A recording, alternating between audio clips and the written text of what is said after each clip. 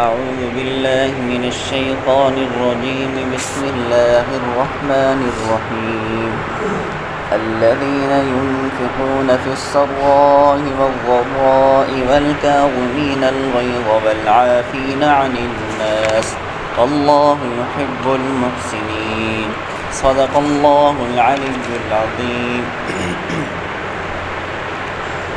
پچھلی آیات مبارکہ کے اندر اللہ رب العزت نے یہ فرمایا کہ تم مغفرت کے لیے تم سبقت کرو، کہ جس وقت تمہیں گناہ زیادہ ہو جائیں، تمہیں توفیق مل جائے تو پھر توبہ کے لیے تم دیر نہ کرو، بلکہ تم جلدی کرو، سبقت کرو اس کے لیے، تم میرے در پر آ جاؤ، میں تمہیں بخش دوں گا۔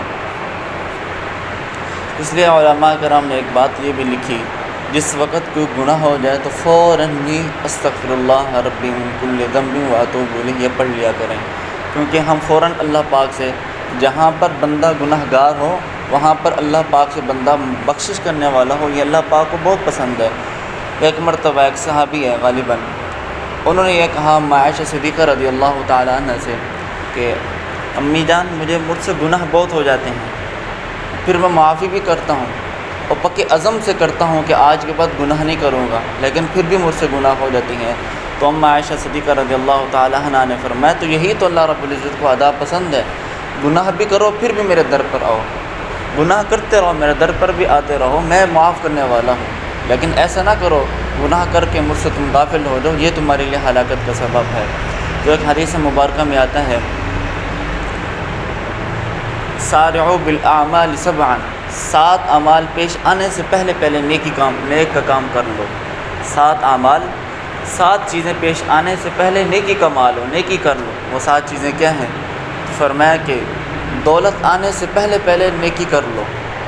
عام طور پر یہ بات دیکھی گئی ہے، جس وقت بندے کے پاس کچھ نہیں ہوتا، نداری ہوتی ہے، فقر و فاقہ ہوتا ہے، تب وہ دیندار بن جاتے ہیں، اللہ کی یاد بڑی آتی ہے، نماز میں، ذکر و اذکار میں بہت اپنا وقت دیتا ہے۔ جب مال و دولت آ جاتی ہے، دھن سوار ہو جاتی ہے، پھر وہ باغی بن جاتا ہے، مسجد تک اس کو فرصت نہیں ملتی، نیک کام کرنے کی فرصت نہیں ملی۔ تو حدیث مبارکہ میں آتا ہے دولت سے پہلے اپنے آپ کو نیک کام میں کر شمار کر لو۔ دوسرا فرمایا فقر آنے سے پہلے، بعض اوقات ایسا ہوتا ہے انسان کو اتنی فقر و فاقہ لاحق ہو جاتا ہے، ہر وقت اس کے غم میں رہتا ہے، ہر وقت اس کی فکر میں رہتا ہے، تب بھی اس کو اللہ کا نام لینے کے لیے بھی فرصت نہیں ملتی۔ غم سے چھوٹے گا تو کچھ نام لے گا، فکر سے چھوٹے گا تو وہ نماز پڑھنے کے لیے آئے گا۔ تو آپ صلی اللہ علیہ وسلم نے فرمایا کہ فقر سے پہلے بھی نیکی کا کام کر لو۔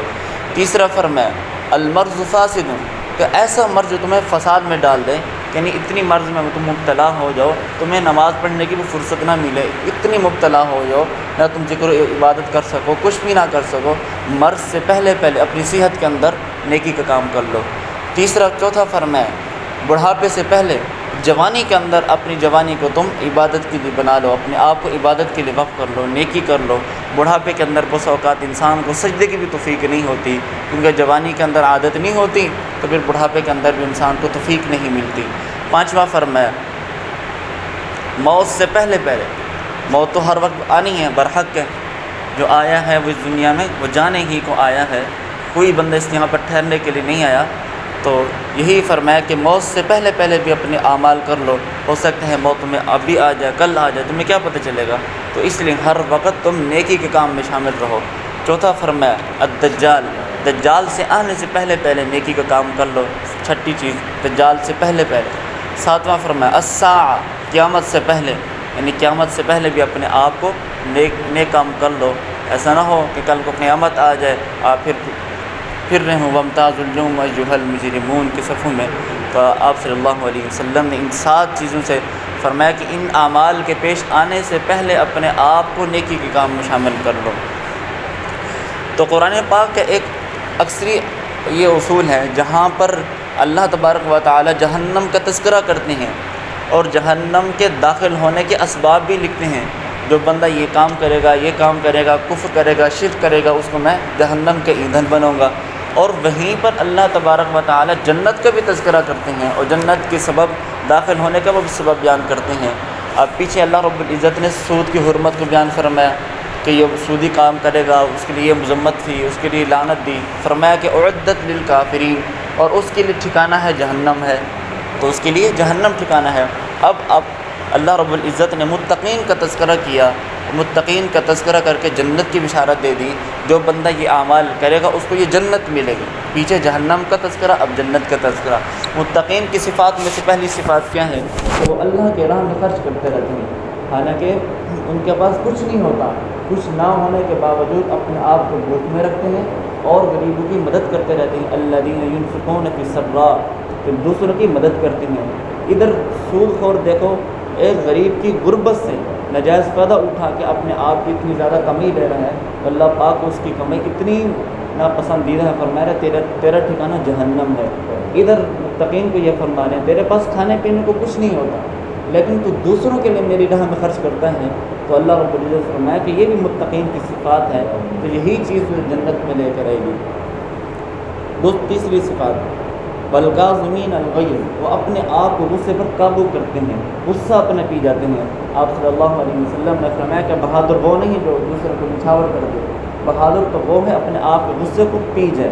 بس اوقات انسان غصے کی حالت میں آتا ہے، جذبہ انتقام کی وجہ سے اس کو پتہ نہیں چلتا، جس وقت اس کا غصہ ٹھنڈا ہو جاتا پھر ندامت شروع ہوتی تھی، کاش میں نہ لڑی کرتا، میں یہ بات نہ کہتا، یہ بات نہ کہتا۔ تو آپ صلی اللہ علیہ وسلم نے فرمایا کہ متقین وہ ہے جو اپنے غصے کو پی جائے۔ تیسری صفات والعافین عن الناس، اور وہ لوگوں کو معاف کر دیتے ہیں۔ حضرت امام حسین، ان کے جو بیٹے حضرت امام زین العابدین رحمۃ اللہ علیہ، ان کی ایک باندی تھی۔ جس طرح پہلے لوگ جہاد کیا کرتے تھے تو عورتیں جو ہوتی تھیں وہ ان کی غلام ہوا کرتی تھی، ان کو باندی لونڈی کہا کرتے ہیں۔ تو وہ باندی حضرت امام زین العابدین رحمہ اللہ کو وضو کرا رہی تھی، اور وضو کا وہ لوٹا چھوٹا ان کے سارے کے سارے کپڑے پانی سے بھر گئے۔ تو حضرت رحمۃ اللہ علیہ کو غصے کی طرف دیکھا تو باندی نے فوراً یہ پڑھا والکاظمین الغیظ، یعنی ان کو توجہ دلائی۔ متقین تو وہ تو اپنے غصے کو پی جاتے ہیں۔ تو حضرت زین العابدین رحمۃ اللہ علیہ نے فرمایا کہ میں اب مطلب سے کوئی انتقام نہیں لیتا۔ پھر اس نے پھر جرأت کی، کہا والعافین عن الناس، آپ مجھ سے انتقام تو نہیں لیتے، لیکن اللہ رب العزت متقین کی دوسری صفات ذکر کر رہے ہیں کہ آپ لوگوں کو معاف کر دیں۔ متقین تو وہ لوگوں کو معاف کر دیتے ہیں۔ تیسرا فرمایا، پھر اس نے اور پھر جرأت مانگی کہ صرف غصے کو پی جانا اور لوگوں کو معاف کر دینا یہ بھی متقین کی صفات نہیں ہے۔ پھر آگے پڑھا واللہ یحب المحسنین، اور وہ محسنین اللہ رب العزت محسنین سے محبت بھی رکھتے ہیں۔ تو پھر یعنی کہ تین اس باندی نے الفاظ پڑھے، کلمات پڑھے قرآن پاک کی آیات سے۔ تو حضرت زین العابدین رحمۃ اللہ علیہ نے اس کو کہا کہ جا میں تجھے آزاد بھی کر دوں۔ تو یہ تھا ان کے طریقہ۔ تو اللہ رب العزت نے تیسرا صفات کیا فرمایا؟ متقین کہ واللہ یحب المحسنین، اور اللہ چاہتا ہے نیک کرنے والوں کو، یعنی کہ وہ اللہ رب العزت کے ساتھ محبت اور محسنین کے ساتھ محبت رکھتے ہیں۔ یہ متقین کی صفات ہیں۔ کہ جہاں پر تذکرہ جہنم کا تھا وہیں پر تذکرہ اللہ رب العزت نے جنت کا بھی کر دیا۔ پھر یہ تین صفات پھر دوہرا دیں۔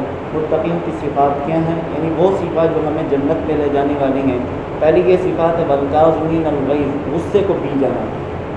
دوسری صفات والعافین عن الناس، لوگوں کو معاف کر دینا۔ تیسری صفات اللہ رب العزت کے لوگوں کے ساتھ محبت رکھنا۔ یہ تین صفات ایسی ہیں کہ اللہ رب العزت مجھے اور آپ کو ان پر عمل کرنے کی توفیق عطا فرمائے۔ وما علینا الا البلاغ المبین۔